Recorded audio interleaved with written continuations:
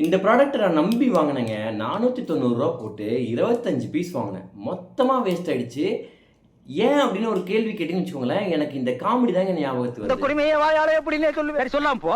வணக்கம் நண்பர்களே, இன்னைக்கு 2 ப்ராடக்ட் பார்க்க போறோம். ஒண்ணு வீணா போன ப்ராடக்ட், ஒண்ணு நல்ல ப்ராடக்ட்.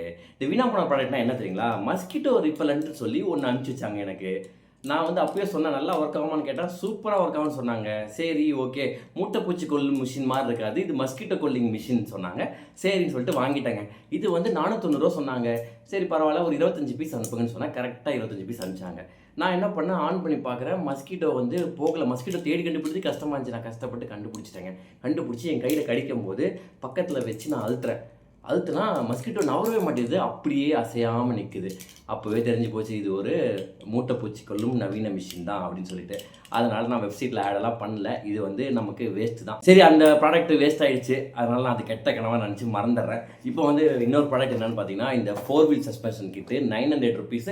மொத்தமாக நம்மக்கிட்ட 15 பீஸ் தான் ஸ்டாக் இருக்குது. உங்களுக்கு யாருக்காவது வேணும் அப்படின்னா நம்ம வெப்சைட்டில் ஆர்டர் ப்ளேஸ் பண்ணிக்கோங்க. நன்றி, வணக்கம்.